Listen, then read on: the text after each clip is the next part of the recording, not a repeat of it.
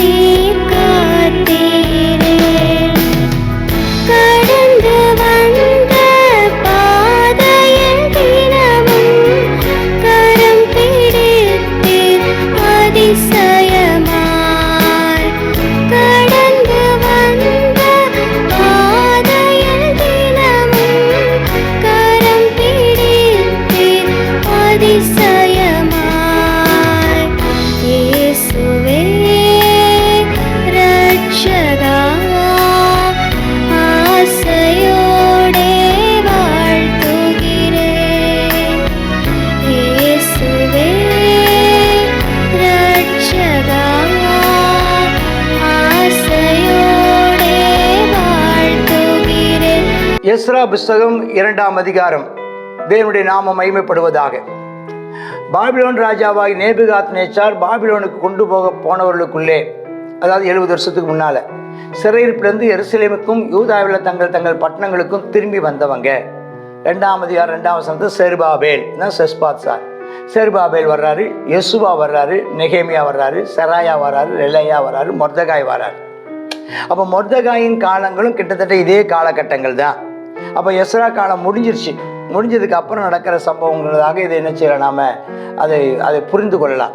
அப்போ இது என்னென்னா, இப்படி வந்த இந்த ஆட்களுடைய எண்ணிக்கையை பற்றி நீங்கள் பார்த்தீங்கன்னா பின்னால் ஒரு இடத்துல போடப்பட்டிருக்கிறது பார்த்தீங்கன்னா, எங்கே வருது அந்த எண்ணிக்கையை பார்த்தீங்கன்னா நிறைய பேருடைய பேரெல்லாம் போட்டு எண்ணப்பட்டவருடைய எண்ணிக்கை 64ஆம் வசனத்தில் வாசிக்கிறோம். 42,360 பேர், 42,360 அவ்வளோ பேர் வந்திருக்காங்க. அப்போ இவ்வளோ பேரும் சேர்ந்து நினச்சிருக்காங்க. அது பேர் லிஸ்ட்டில் எல்லாத்தையும் கொண்டிருக்காங்க. இதே எஸ்ராவும் நெகேமியாவும் சமகாலத்து புஸ்தகம், ரெண்டுமே ஒரே காலகட்டத்தில் ஒரே மாதிரியான காலகட்டத்தினுடைய சம்பவங்களை குறிப்பிடுகிறத பார்க்குறோம்.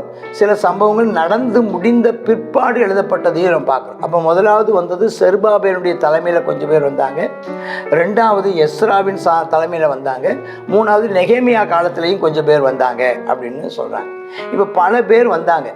அதில் பார்த்தீங்கன்னா இந்த 2ஆம் அதிகாரம் 55ஆம் வசனத்தில் பார்த்தீங்கன்னா சாலமோனுடைய வேலையாட்களின் புத்திரரானவர்கள் இவங்களும் யூதா கோத்திரத்தில் உள்ளவர்களாக எண்ணப்பட்டாங்க. இவங்க எல்லாரும் இதில் யூதாவில் பிறந்த யூதா கோத்திரத்தில் இருந்து வந்தவங்களும், யூதாவின் வேரிலிருந்து வந்தவங்களும் உண்டு, யூதாவிலிருந்து வேறுபட்டவங்களும் உண்டு. இவர்களால் தான் பிரச்சனை வந்ததும் உண்டு. இந்த பலவிதமான எல்லா ராஜாக்கள் காலத்திலையும் இந்த பாகால் வணக்கத்துக்கும் மறுபடியும் பின்னுக்கால திரும்புவதற்கு காரணமாக இருந்தவங்க மறுபடியும் அவங்களும் என்ன செஞ்சிடறாங்க, மறுபடியும் திரும்ப வருகிறத பார்க்குறோம். எப்போதுமே ஒரு சபையில் எண்ணிக்கை பெருகும்போது ஸ்தோத்திரம் ரட்சிக்கப்பட்டவங்களும் சில நேரங்கள் ரட்சிக்கப்படாதவங்களும் உள்ளே ஒட்டி கொள்வதற்கான வாய்ப்பு இருக்குது. வாய்ப்பு இருக்குது. அவர்களால் பின் நாட்களில் சில பிரச்சனைகள் வருவதற்கான அபாயங்களும் இருக்கிறது. சரி, அதை கவனமாக நம்ம இருக்க கர்த்தர் கிருபை. இவங்க எவ்வளவோ கவனம் செலுத்தினாங்க. சிலருடைய வம்ச 50 வசனம் பார்த்தீங்கன்னா அதில் சொல்லப்பட்டிருக்கு, தெல்மலாவிலும் தெல் அர்சாவிலும் கேருபிலும் ஆதோனிலும் இம்ரேமிலிருந்து வந்து தாங்கள் இஸ்ரவேலர் என்று தங்கள் பிதாக்களின் வம்சத்தையும் தங்கள் பூர்வோத்திரத்தையும் சொல்ல மாட்டாமல் இருந்தவங்களும் இருக்காங்க, நாங்கள் யாருன்னு. ஆனாலும் அவங்கள சிலரை என்ன செஞ்சுருக்கிறாங்க, சொல்ல மாட்டாமல் இருந்தவங்களையும் ஏற்றுக்கிட்டாங்களா அல்லது விட்டுட்டாங்களான்னு தெரியல. சிலரை விட்டுருக்குறாங்க, சிலரை அவன் சொந்தக்காரன் இவன் சொந்தக்காரன் எப்படியோ அதாவது அந்த காலத்திலேயே இந்த கணக்கெடுப்பு சென்சஸ் என்ன செஞ்சுருக்கிறாங்க, எடுத்துருக்குறாங்க. அவங்க மண்ணின் மைந்தன் தானான்னு சொல்லி என்ன செஞ்சுருக்கிறாங்க, அவங்க சோதிச்சிருக்கிறாங்க. அந்த நாட்டில் பிறந்தவங்க தானா, யூதா கோத்திரம் தானாங்கிறது என்ன செஞ்சுருக்கிறாங்க, அவங்க திட்டமாக விசாரிச்சிருக்கிறாங்க. சரி, அப்படியெல்லாம் வந்து சேர்த்துருக்குறாங்க. இன்னும் சில பார்த்தீங்கன்னா 62ஆம் வசனத்தில் பார்த்தா சில ஆட்கள் என்னென்னா, இவர்கள் தங்கள் வம்ச அட்டவணையை தேடி அதை காணாமற் போய் ஆசாரிய ஊழியத்திற்கு விளக்கமானவர்கள் எண்ணப்பட்டாங்க. சிலர்லாம் லேவி கோத்திரத்திலேருந்து தாங்களாம் லேவி கோத்திரம்னு சொல்கிறாங்க. ஆனால் அவங்களால என்ன செய்ய முடியல, அதை சரியானபடி உறுதிப்படுத்த முடியல, நிரூபிக்க முடியல. அதனால் வாங்க, ஆனால் உங்களுக்கு என்ன கிடையாது, ஆசாரிய ஊழியம் கிடையாதுன்னு அவங்களையும் சேர்த்துருக்குறாங்க. அப்படிப்பட்டவங்களாம் என்ன எப்படி உள்ள வந்ததுக்கப்புறம் நடந்திருப்பாங்கன்னு யோசிச்சு பாருங்க. சரி, ஆனால் அவங்களுக்கு ஒரு கண்டிஷன் போட்டாங்க. ஊரியம் தும்மியும் என்புள்ள ஒரு ஆசாரிய எலும்பு மட்டும், அதாவது தீர்க்க தரிசனம் வரமுள்ள கர்த்தருடைய ஆவியை பெற்றதான ஒருவர் எலும்பு வரைக்கும் அதில் நீங்கள் மகா பரிசுத்தமாக புசிக்கக்கூடாது. இன்னும் திர்சாதா, இது திர்சாதாங்கிறது யார், நெகேமியாவுக்கு இன்னொரு பேர் திர்சாதா. அப்போ அதையும் இங்கே சொல்லியிருக்காங்க. ஆக வந்ததை நாம் பார்க்குறோம். இது போக 65 அவர்களை தவிர இந்த 42,360 பேர் தவிர ஒரு 7,337 பேரான வேலைக்காரிகளும் வந்திருக்காங்க. இப்போ 200 பாடகர்கள் பாடகிகள் வந்திருக்காங்க. அதுக்கப்புறம் கழுதை வந்திருக்குது, குதிரை வந்திருக்குது, கோவேறு கழுதை வந்திருக்கு, ஒட்டகம் வந்திருக்குது, கழுதை இதெல்லாம் வந்திருக்குது.